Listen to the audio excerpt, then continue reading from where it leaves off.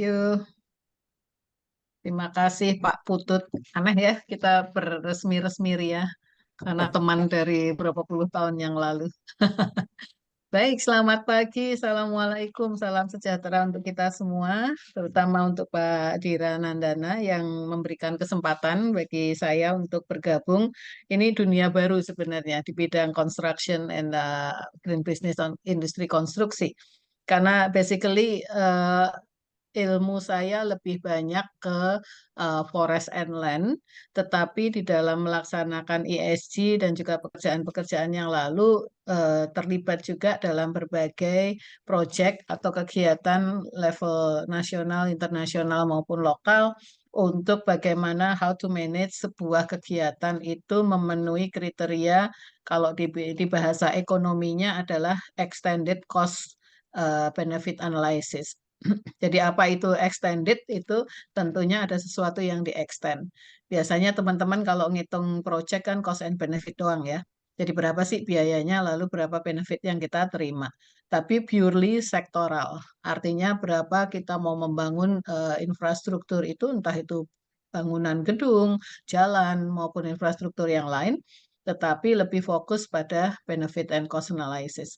Nah, di dalam ilmu saya itu ada tambahan kata extended yang artinya bahwa kita mengextend semua possibility yang akan kemungkinan kita hadapi baik positif maupun negatif.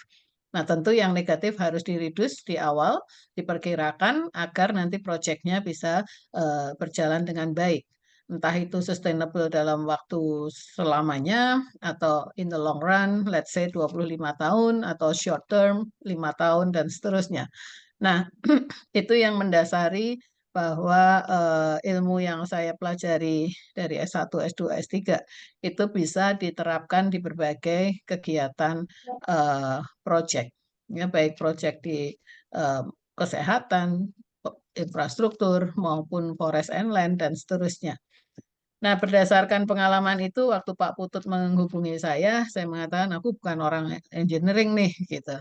Tetapi how to insert insight penilaian yang lain yang perlu diperlukan untuk pertimbangan pengembangan bisnis. Hari ini sebenarnya saya minta maaf agak lari sana lari sini karena kebetulan ada acara yang sama. Saya berada di Solo sekarang untuk bicara mengenai desertifikasi, jadi penggurunan akibat perubahan iklim dan juga perilaku-perilaku yang tidak konservatif terhadap lahan. Nah, tadi Bu Dirjen juga mengatakan pada waktu kami ngobrol, ini semua orang mikirnya sektoral gitu. Nah, tadi pada waktu dijelaskan dari awal dan juga saya mencoba mendalami, relatively teman-teman atau apa yang dibicarakan ini lebih pada sektor infrastruktur. Tapi saya akan membawa semua peserta untuk yuk kita keluar dari out of the box gitu ya. Jadi melangkah satu langkah lagi keluar untuk menjadikan bahwa kalau tadi Pak Putut mengatakan engineering, procurement, and construction, itu saya lihat sebagai satu sektor. Nah, bagaimana kita bekerja untuk melibatkan sektor lain agar kegiatan bisnis kita itu tidak hanya satu sisi, tetapi eh, konsiderasi yang akan kita lakukan untuk pertimbangan sebuah kegiatan proyek ya, saya sebut proyek ya, karena lebih pada pembangunan infrastruktur, eh, itu akan mempertimbangkan juga bagaimana non-sectoral consideration ini menjadi faktor juga di dalam penyusunan visibility study maupun nanti di dalam penghitungan-penghitungan cost and benefit yang saya sampaikan tadi. Nah, untuk masuk ke situ, saya bisa share screen atau dari Pak Putut? Bisa, silakan Bu, share screen aja langsung. Oke, thank you.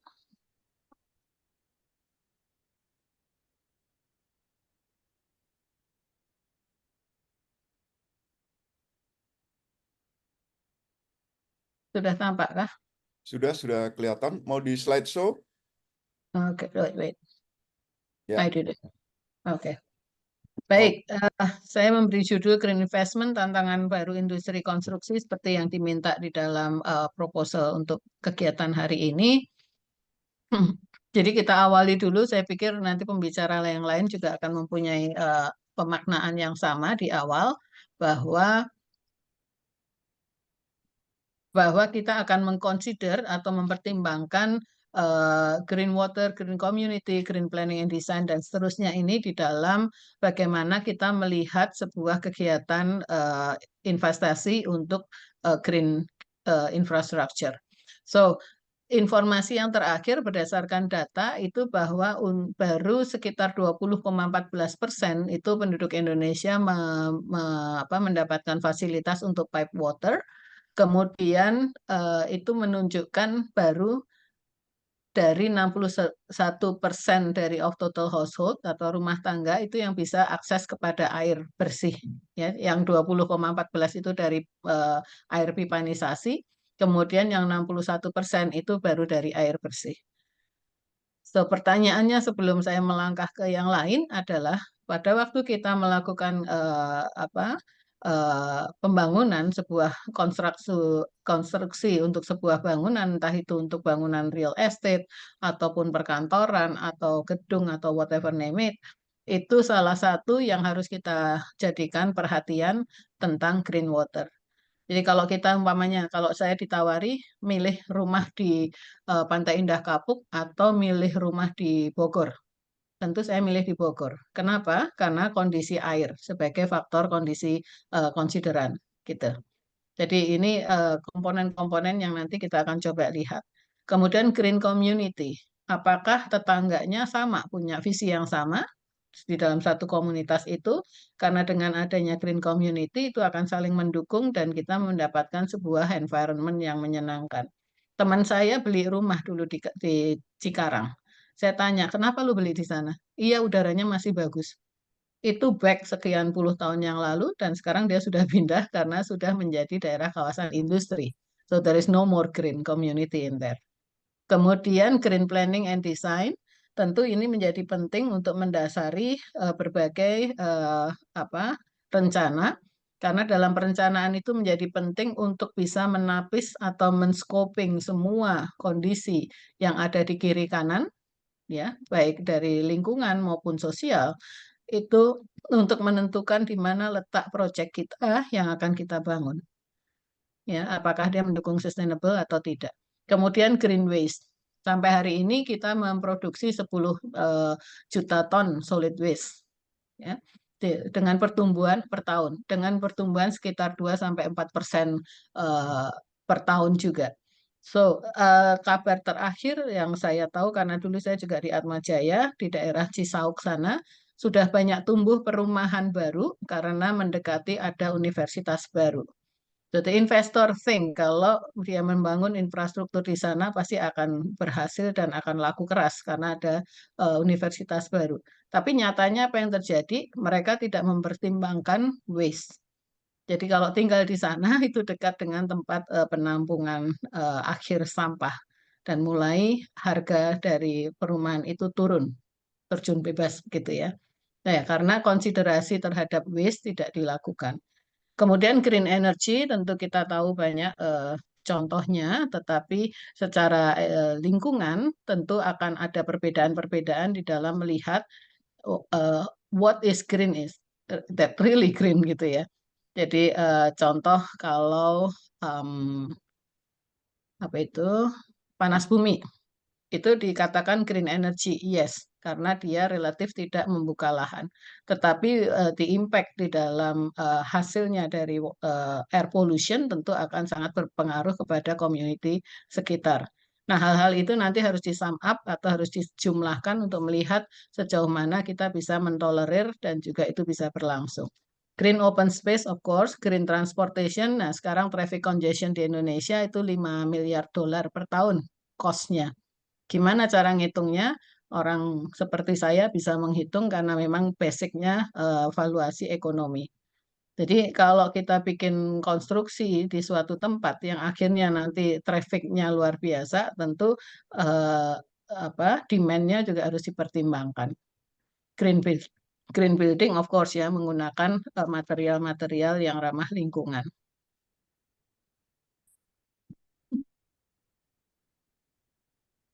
Kemudian kalau kita lihat ini sumber dari EDB, laporan EDB tahun 2022, Green Infrastructure Investment Opportunity di Indonesia. Seperti tadi saya katakan untuk geothermal, solar, hydropower, kemudian transport, rail, kereta, water, and building. Nah, ini data yang bisa dilihat dari laporan EDB itu. Tapi mari kita lihat lagi nanti kedalaman di mana dan skala berapa, apakah itu sustainable atau tidak. Secara sektoral, yes, pasti ya, karena dianggap ini akan bisa membantu menyelesaikan permasalahan pembangunan. Tetapi secara terintegrasi dari khususnya nanti dilihat dari ESG, mari kita bisa telaah lebih dalam. Next adalah Nah, ini juga saya ambil dari naskah akademis Pedoman Perencanaan Ruang dan Infrastruktur Hijau dari PUPR tahun 2018. Sebenarnya juga sudah ada dari sisi spasial itu juga ditentukan di dalam seperti di dalam gambar ini. Mengapa ini menjadi penting? Saya ingin sedikit cerita mengenai pengalaman kerja di bidang apa untuk menelaah bagaimana sebuah investasi itu layak go or not go gitu ya.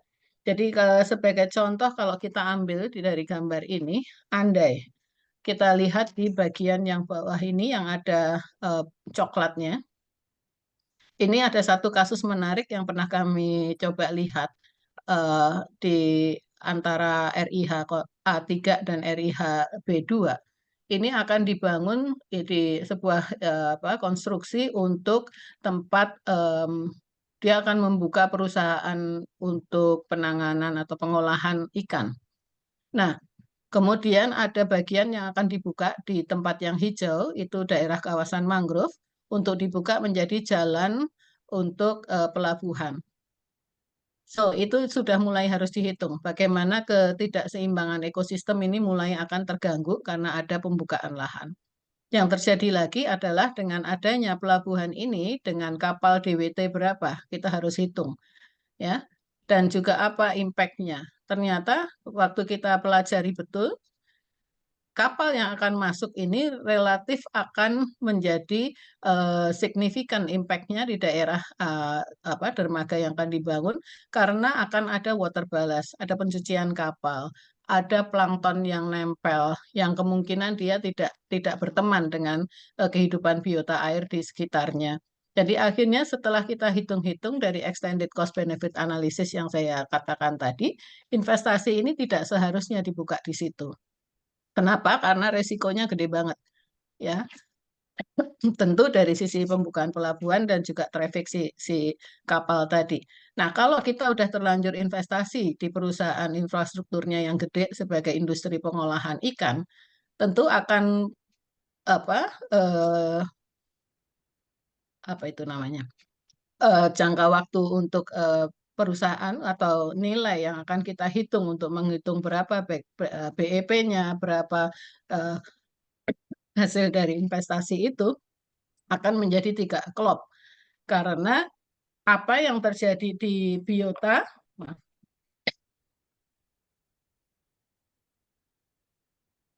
apa yang terjadi di biota air itu tidak mendukung hasil produksi yang akan diperoleh kemudian yang menjadi faktor input di dalam perusahaan itu. Artinya apa? Mungkin konstruksinya, infrastrukturnya nggak ada yang salah. Tetapi yang salah kemudian adalah nilai produktivitas dari investasi itu yang tidak akan mencapai maksimum. Ya, jadi bagi investor itu sangat penting, terutama kalau nanti dana yang digunakan adalah dana pinjaman bank. Karena visibility tadinya menjadi nggak klop, yang tadinya mungkin dihitung sebagai 25 tahun masih sustainable, ternyata dengan berbagai ketidakimbangan di dalam ekosistem, dia hanya mempercepat waktunya. Itu salah satu contoh. Kemudian nanti di bawah juga saya mengatakan ada contoh lain untuk mencukupi energi dengan membangun sebuah waduk besar. Nanti ada di bagian belakang. Kemudian saya ingin menyampaikan juga bahwa ini overview juga dari sebuah kegiatan yang dilakukan dengan dana luar negeri. dari Bappenas dan juga Kementerian Keuangan dan GIZ KFW. Kebetulan saya pernah juga menangani kegiatan-kegiatan sejenis, di mana sekarang mereka sudah mulai mensyaratkan ada pertimbangan untuk kegiatan-kegiatan infrastruktur itu dengan mempertimbangkan climate change. Bagaimana adaptasi dan mitigasinya dilakukan. Kemudian sustainable economic growth and development-nya itu terjadi, ya. Seperti tadi yang saya contohkan untuk sebuah industri perikanan, ternyata sustainable economic growth-nya nggak tercapai karena faktor lingkungannya tidak dipertimbangkan. Kemudian untuk urban transport, tadi juga sudah saya sampaikan bahwa cost of transportation itu 5 miliar US dollar per tahun, itu cost-nya. Karena tidak ada satu apa ya satu rencana yang terintegrasi. Kemudian solid waste management ini menjadi penting. Salah satu contoh yang nanti saya sampaikan itu mengenai kawasan industri di Sumatera Utara. Itu akhirnya kawasan industrinya juga sampai sekarang investornya hanya satu karena udah kadung kejebur ke situ. Jadi sustainability-nya tidak tercapai. Kemudian wastewater management atau water supply, kebetulan saya banyak mendalami mengenai air. Jadi tesis S2 saya bicara mengenai wastewater management, disertasi S3 saya bicara mengenai water supply. Nah, ini menjadi faktor kunci yang harus dipertimbangkan di dalam setiap rencana investasi di infrastruktur. Nah, bagaimana itu nanti dikaitkan dengan ESG? Tentunya banyak hal yang perlu kita jawab dan ini menjadi penting dipecah dari satu komponen dengan komponen lain. Jadi bagaimana environment-nya, bagaimana sosialnya, kemudian bagaimana governance-nya. Nah, di dalam training yang juga saya berikan dengan satu kelompok di Growth Asia itu sangat sangat bagus bahwa masing-masing expert di bidangnya, saya di environment-nya, kemudian ada teman di social and the other dari governance, itu bagaimana kita ngeblend.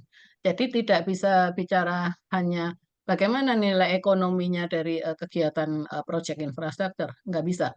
Tetapi bagaimana ketiganya dia akan dilihat. Ya, jadi kalau di proyek infrastruktur tentu kita akan melihat apa itu ESG yang harus nempel di dalam kegiatan infrastruktur itu. Why so important gitu. Kemudian bagaimana kita mendefine strategi-strategi keberlanjutan yang akan kita bangun, ya. Dan seterusnya, jadi apa sih drivernya nanti yang sangat important, sangat penting bagi kegiatan itu secara kelembagaan maupun organisasi. Nah, saya akan melanjutkan dengan melihat bagaimana contribute to environmental sustainability, tetapi juga also mempromosikan social well-being dan juga untuk praktek-praktek kelembagaan yang baik. Jadi ini konsep ESG, saya yakin sudah banyak diketahui bahwa sustainable design and construction itu diperlukan di dalam industri infrastruktur hijau. Kemudian resource management, bagaimana kita mengelola sumber daya yang akan kita pakai. Apakah materialnya ramah lingkungan, bagaimana cara mendapatkan itu juga penting. Jadi jangan sampai kita membuat pengurukan lokasi di A, tetapi memberikan dampak banjir atau kebencanaan di lokasi di B, di mana areal material itu diperoleh. Nah, ini harus istilahnya di dalam ilmu saya traceability resources gitu ya. Jadi keterlusuran dari sumber yang kita pakai, kita gunakan juga harus ditelusur sampai sana. Maka tadi Pak Putut mengatakan atau Pak Dira mengatakan di awal bahwa ini sesuatu yang ya memang ribet sih kalau bicara green investment di dalam green infrastructure ya. Kalau itu dilakukan dengan utuh ya, jadi artinya dari sources ya, dari sumbernya sampai dari kita penggunaan sampai nanti eksekusinya itu harus ditelusur. Kemudian biodiversity and ecosystem services yang tadi saya contohkan, kalau membuka pelabuhan ternyata kita harus lihat ekosistem apa nih yang terganggu atau ekosistem apa yang akan tercipta, itu akan dilihat. Tentu kita memerlukan berbagai ahli di bidangnya. Kemudian berapa besar pollution reduction ini bisa dikelola. Jangan sampai Contohnya kalau kemarin di Jakarta kita mengeluh udaranya kotor, lalu ada mulai ribut mengenai ada PLTU untuk membangkitkan listrik karena kebutuhan mobil listrik meningkat. Nah, hal-hal kayak gitu perlu kita cermati apakah betul sifatnya seperti itu. Jadi di sisi lain kita akan mencapai penggunaan energi yang efektif untuk transportasi, tetapi on the other hand kita menciptakan polusi. Nah, ini tentunya perlu di cross check kemudian di sum up, dijumlahkan. Seperti apa benefitnya, seperti apa negatifnya gitu. Termasuk untuk climate resilience. Jadi ketahanan terhadap iklim. And then sosial, ini sangat penting karena kalau untuk proyek besar, khususnya infrastruktur di kawasan industri atau kawasan pembangunan ekonomi baru, ini sangat-sangat penting. Karena community benefits harus menjadi satu bagian dari konsiderasi untuk menentukan go or not go of the project. Gitu. Social equity, public health, education and awareness, dan juga job creation. Nah, hati-hati di dalam job creation ini yang banyak sebenarnya menciptakan kasus untuk konflik sosial saat ini ya kalau kita ngikutin berita-berita itu sangat banyak terjadi juga karena salah satunya yang di-neglect atau dilupakan itu bagaimana social security-nya itu menjadi salah satu komponen untuk konsiderasi tadi. Maka tadi saya katakan jangan ini harus tidak dilihat sebagai sektoral saja, hanya fokus pada infrastruktur, tetapi how to blend environment, social, and governance-nya. Nah, transparansi and accountability itu penting, stakeholder engagement. Ini salah satu yang memang banyak sekarang sangat muncul ke permukaan mengenai stakeholder engagement and ethical practices. Tentu Bapak Ibu sekalian paham ya berita terakhir mengenai kasus di Halmahera di WDB untuk tambang nikel. Tadi again konstruksinya adalah untuk menambah listrik untuk kebutuhan listrik. Dilakukan dengan nikel. Secara energi dia green. Tetapi the sources-nya ya dari sumbernya itu yang perlu kita juga lihat. Ya, jadi asal muasalnya ternyata menjadi masalah pada waktu terjadi banyak kasus pelanggaran lingkungan, pelanggaran hak asasi manusia, dan juga peniadaan faktor sosial itu menjadi penghalang untuk kegiatan-kegiatan investasi besar, termasuk infrastrukturnya. Nanti di Google saja pasti akan ketemu itu kasus Halmahera di WDB dengan Eramet yang nge-ban atau men-stop dulu investasinya. Dan ini kasus gede sekali gitu ya.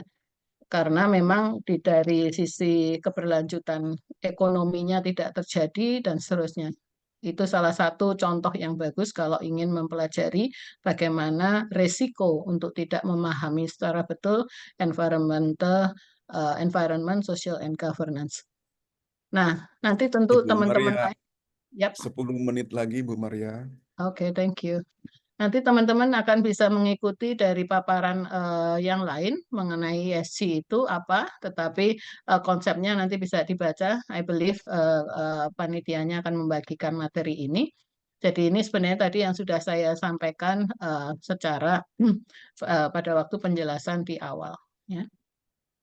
Nah, example-nya apa? Banyak sekali. Saya contohkan tadi sudah mengenai kasus Halmahera sudah, kemudian yang ECPA, Extended Cost Benefit Analysis itu sebenarnya di Bitung, kawasan pengembangan kawasan industri perikanan di daerah Bitung sana. Kemudian Mandalika juga kami masuk ke sana untuk melihat ECPA dan sebenarnya itu faktor sosialnya nanti ke depannya akan sangat besar risikonya. Kemudian juga pernah mencoba melihat ESG dari pembangunan rumah sakit. Salah satu rumah sakit swasta, tapi 93% mereka mengelola BPJS, which is this is incredible. Bagus banget sebagai salah satu contoh. Mereka menerapkan green building, green hospital, semuanya green. Dan akhirnya funding akan datang. Itu ujungnya ke sana. Ya, funding akan datang dari mana? Dari AFC, dari the World Bank, dari berbagai sumber mereka mau mensupport untuk kegiatan rumah sakit. So the benefit is that green tadi ada manfaat yang tentunya akan kita peroleh khususnya dari green funding tadi. Karena di PP 29 tahun 2018 itu juga mengatakan atau dibahas mengenai fiscal and non-fiscal dari sebuah kegiatan infrastruktur hijau gitu ya. Kemudian ada lagi untuk contoh yang menarik itu di kawasan eh, food estate. Ya, jadi ini sudah ada infrastrukturnya juga yang dibangun, akhirnya food estate-nya selesai, nggak lanjut. Kenapa? Karena faktor lingkungannya tidak masuk di dalam konsiderasi tadi, hanya dikejar economic benefit saja. Tapi akhirnya dari 100.000 hektar yang dicanangkan untuk dikejar infrastrukturnya mendukung kawasan food estate itu nggak berjalan. Saya tadi juga diskusi ini dengan Bu Dirjen dan ya salah satunya memang tidak memperhatikan green infrastructure-nya gitu. Padahal itu menjadi kawasan strategik nasional. Kemudian mengenai semen. Industri semen itu saya agak bingung kalau mengatakan dia bisa green gitu ya. Tentu kita harus lihat prosesnya. Tetapi pada dasarnya semen itu menggunakan cars. Cars itu kawasan gamping di mana itu selalu menjadi sumber sangat dibutuhkan oleh masyarakat. So once you destroy the cars, artinya kita mendestroy sumber air juga. Jadi ini perlu pencermatan lebih tajam. So yang important adalah regulatory compliance. Ini tentu kita akan lihat semuanya. Kemudian future proofing long term sustainability. Ya, ini penting di dalam kita menentukan apakah kita masuk dalam kategori green infrastructure, green business infrastructure atau tidak. Ya, bahwa kita bicara CSR just one small part dari semua kegiatan ini. Karena CSR harus dibedakan dengan bagaimana dia bisa raising environmental issues, kemudian dia bisa menciptakan ketahanan ekonomi dan dan memperbaiki quality of life dari manusia atau masyarakat yang ada di mana proyek infrastruktur itu ada. Ya, kemudian tadi juga disampaikan bahwa sudah ada sertifikasi, tentunya kita sudah Bapak Ibu sekalian lebih lebih mengerti dibanding saya ya untuk sertifikasi internasional yang sudah dikeluarkan apabila kita memang nanti akan menjadi salah satu atau berpartner seperti tadi yang saya contohkan yang WDB tadi, akhirnya itu gagal karena yang sertifikasi termasuk ini baru dari buildingnya saja tetapi sertifikasi dari environment and socialnya mereka fail gitu. Nah, how to integrate ESG in green infrastructure ini bisa juga dibaca bahwa dengan mengembedding mencakupkan semua prinsip dari ESG kepada green infrastructure khususnya bisnis dan juga communities itu bisa menciptakan proyek yang tidak hanya sustainable secara lingkungan tetapi juga social and well governed dari tata kelola yang baik yang bisa memastikan ada benefit jangka panjang dan juga ketahanannya. Ya, develop ESG policies and frameworks itu is a must. Di awalnya, kita lihat dulu. I-nya apa, S-nya apa, G-nya apa. Kemudian dia conduct impact assessment. Yang tadi saya sampaikan, airnya ada nggak? Atau kalau airnya harus diciptakan seperti apa? Yang kawasan industri di Sumatera Utara itu akhirnya hanya satu investor karena secara alami airnya sudah mengandung berbagai partikel yang harus diolah dulu sebelum dia menjadi sumber air bersih kegiatan produksi. Kalau saya bilang boleh sebut merek adalah itu proyeknya Unilever. Dan mereka boncos gitu ya habis-habisan untuk harus mengolah airnya terlebih dahulu dan ini tidak masuk di dalam penjelasan pada waktu menciptakan kawasan industri itu akhirnya udah terkadung kejebur ya menjadi cost-nya sangat tinggi. Nah ini yang salah satu contoh harus kita perhatikan. Nah prinsip dari sustainable design construction tentu carefully design seperti tadi kita lihat energi efisiensinya bisa dilakukan atau tidak. Kita harus meminimalkan limbahnya, material selection, kemudian carbon footprint-nya. Kalau bisa diambil di sekitar situ, kenapa harus diambil dari tempat lain yang menciptakan carbon footprint yang tinggi? Contohnya seperti itu. Maka perlu local sourcing. Sustainable transportation itu carbon offsetting. Ini satu cerita panjang yang perlu dibahas lagi.